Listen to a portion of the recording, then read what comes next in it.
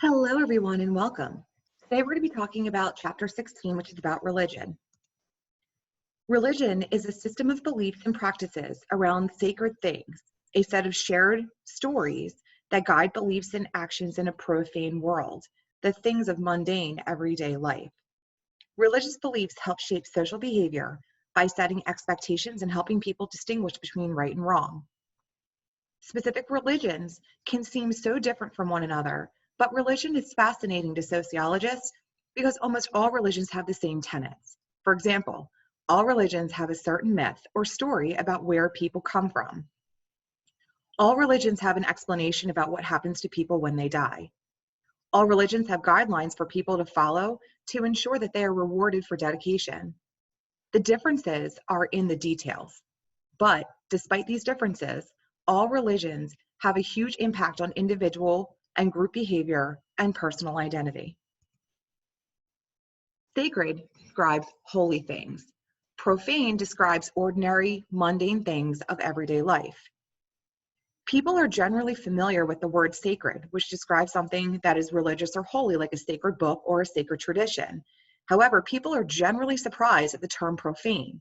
We tend to associate things with the word profanity and with things that are bad, but profane isn't necessarily bad from a sociological perspective.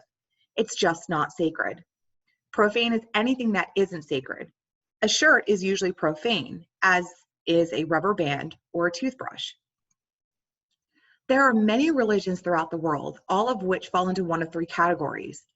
Theism, the worship of a god or gods. Atheism, the adherence to certain principles to lead a moral life. And animism, the belief that spirits roam the natural world. Secularism is a general movement away from religiosity and spiritual belief and toward a rational, scientific orientation. The separation of church and state is a secular idea, which suggests that the government and religion should not be mixed, or that they should stay separate from one another. In figure 16.1, we see the percentages of religious adherents, or people who ascribe to a religion worldwide. When you look at figure 16.1, you will see a small a and a small b. Small a, or fold religions, at 5.7%, includes followers of African traditional regions, Chinese folk regions, Native American religions, and Australian Aboriginal religions. The small b, or other religious, at 0.8%, includes Baha'is, Jains, Sheiks, Shintoists, Taoists, followers of Tenriko, Wuyians, Zoroastrians, and many other faiths. Christianity is the most prevalent world religion. 31.2% of people globally, or approximately 2.3 billion people, identify themselves as Christian, split among multiple denominations. Denominations are sets of congregations, groups of people who gather together, especially for worship. The largest Christian groups worldwide are Catholics at a little over 50%, Protestants in various denominations at approximately 37%, and Orthodox at approximately 12%, plus a slew of smaller groups like New Thought, Christian Scientists, and Quakers. In accordance with his belief that all social facts of life are grounded in conflict, Karl Marx argued religion was used to keep workers from questioning their oppressed position in everyday life by promising them riches in the afterlife. Remember that Marx was a conflict theorist. He was interested in the conflicts in society and how those conflicts influence the way that people interact with each other. Marx found religion to be an oppressor of people, and oppression generally leads to conflict within a society. Max Weber argued that Protestantism was a prerequisite for the development of capitalism because it introduced the idea that a person fulfilled their duty to God through hard work and asceticism. Making money was not frowned upon, although spending that money on pleasure and personal enjoyment was. Weber also believed that religion played a significant role in how people interact with one another. Protestants were known for their strong work ethic. They believed that the way to a wealthy afterlife was to work hard and to be thrifty, not to indulge in pleasures of the flesh or in material commodities. Therefore, Protestants were the ideal individuals in the making of a capitalist society because they were already earning a surplus, more money than they needed to buy their basic necessities. Weber felt that the Protestant work ethic had a huge impact on capitalism. In other words, from a functionalist perspective, the Protestant work ethic served as a function in the capitalism system. Emil Durkheim argued that religions perform the social functions of promoting social solidarity by strengthening the collective conscience. He also felt that sacred symbols become powerful because they collectively invest them with power through their shared beliefs. Again, if we look at this from a functionalism perspective, we could argue, as Durkheim did, that religion helps bring people together. It can create social cohesion and collective consciousness. Also, Durkheim believed that symbols themselves weren't powerful, but that they become powerful when many people invest in them. This happens collectively, as in religion. Pluralism is the presence of numerous distinct religious groups in one society. Pluralism has been viewed as having a negative effect on religion overall because the plethora of choices weakens the credibility of any one church or an unified faith's sacred canopy. A more positive view of pluralism sees it as a way for diverse religions to engage with one another to build a common sense of community. There are many examples of different religious groups coming together to work for a common cause. This is commonly seen for political reasons, where groups may come together to have more strength in numbers, or after a natural disaster, where groups may come together for a common cause. Of course, there are also examples of rivalries within communities where organizations can't find enough common ground or get along. Either coming together or conflict can be the outcome when pluralism is present. Attendance at religious services is declining overall in the United States, but the number of people who profess to have religious or spiritual beliefs is holding steady or rising. People tend to confess to more spirituality at times of great challenge. So in the event of a disaster, an act of terror, or even a declining economy, people are more likely to classify themselves as religious. It's also the case that our leisure time has been steadily decreasing in recent years. Thus, there could be a combination of reasons why we are seeing these trends. When researchers simply ask a random sample if they have attended services once a month, they find that about 60% of people do attend services. But when study participants keep journals of their daily whereabouts, researchers find that the rates of attendance are significantly lower. Service attendance, in fact, seems to be declining.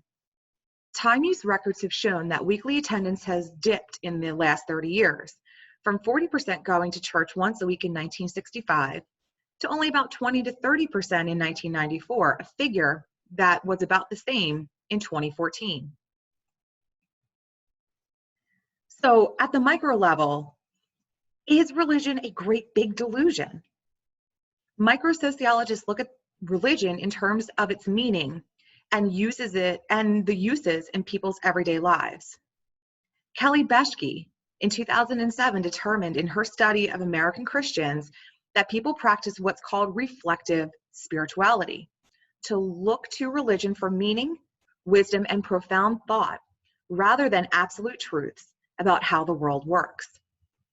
Religious experiences, as the psychologist William James in 1982 defined it, involves, quote, feeling, acts, and experiences of individual men in their solitude, so far as they apprehend themselves to stand in relation to whatever they may consider the divine, end quote. To the people who experience them, these feelings, acts, and experiences are very powerful. When we look at the power of religion in social movements, we need to take a step back for just a second. The mid-19th century was a time of rapid growth in the United States, and the development of national, secular institutions did not always keep pace. Religious organizations were also growing quickly and provided an important infrastructure for the development of social movements, such as the anti-slavery and temperance campaigns. Churches and church organizations also played a key role in the civil rights movement through coalition building, fundraising, and communications. The church has long played an important role in African American communities, building strong social networks providing social services, and functioning as a haven for people who have experienced enormous marginalization in society at large. Aside from Dr. King's personal qualities, including his charismatic nature, the Black church served as an important factor in the support and dissemination of Dr. King's messages. It should also be noted that religion has also been used to dismiss or oppress certain groups. When we look at religion and the social landscape, we need to take a look at religious affiliation and practices. Religious affiliation and practice can be closely connected to elements as varied as family structure, gender, social status, age, educational attainment, types of involvement in the church, geography, and politics. Some examples include religious women tend to have more children than non-religious women, women are more religiously active than men, and religious attitudes strongly predict politics. In other words, religion can play an important role in many other aspects of an individual's life. Race and class also shape religion. Only 10% of churches are racially mixed, meaning that no single race makes up more than 80% of the congregation. The Black church has long played an important role in the Black community, as we previously talked about. Higher income earners donate more to religious organizations, but they also score lower on church participation than lower income earners. Again, historically, the church has played a more central role in the secular lives of Black congregations than in those of white congregations. This resulted from three conditions. First, African Americans share a legacy of racial discrimination, violence, and injustice. Second, no other secular institution has ever organized and helped the Black community as much as the church. Third, the Black community has substantial social needs that necessitate an effective social helping hand. When we sell God and we're shopping for faith, this is what's called commercialization of religious life. Americans donate billions of dollars per year to religious organizations. And in addition to donations, there's a huge market for religious products, particularly Christian products.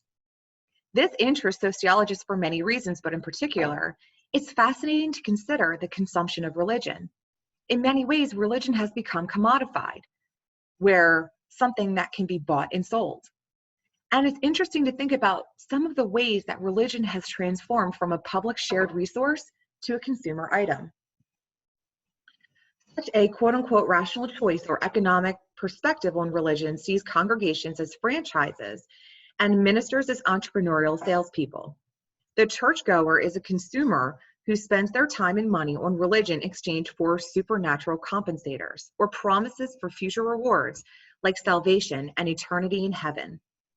In some ways, it's great that people can select a place of worship that makes them feel comfortable and happy. However, if these organizations have to compete for membership and resources, are they forced to alter their messages or their services simply to attract more quote-unquote customers?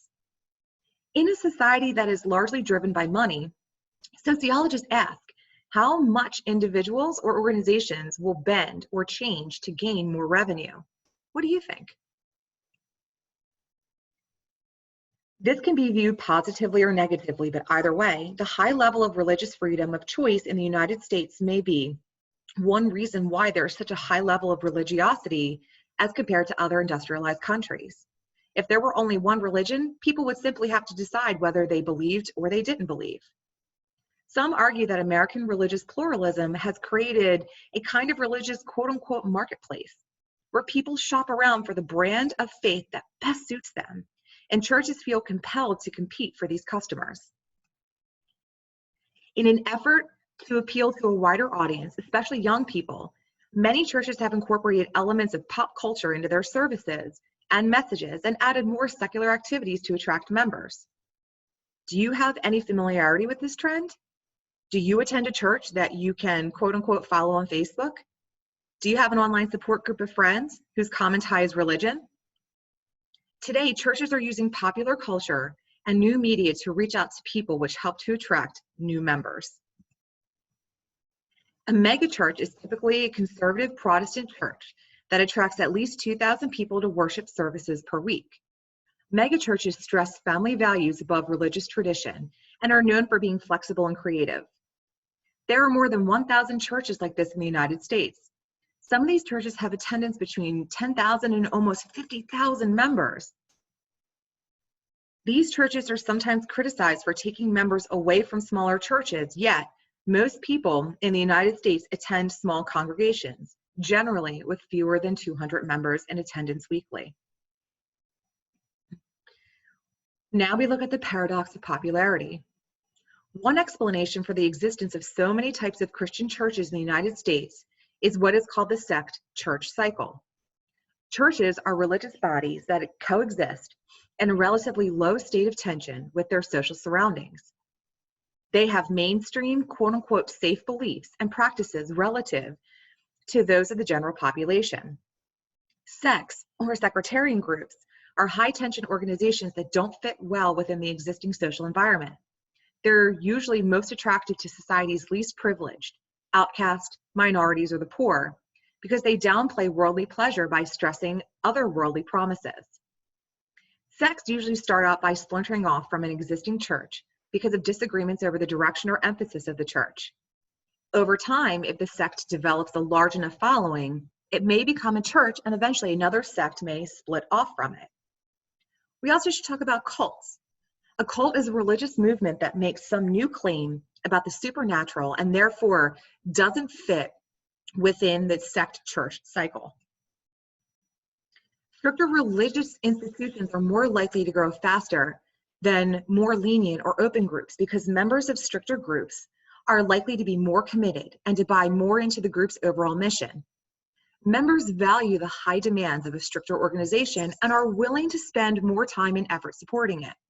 In other words, the kinds of people who would seek a stricter place of worship are also the kinds of people who would attend every service, follow the demands of the institution more closely, and dedicate more time and possibly resources to the mission of this organization. Members at these kinds of religious institutions value the high demand of a stricter organization and are willing to spend more time and effort supporting it. I hope that this was helpful for you today. Again, if you have any questions, comments, or concerns, feel free to reach out to me. In the comment section below, I'd love to know from you what your views on religion are. Remember to be kind to yourself and to others, and to work smarter, not harder. Until next time, have a great one, y'all.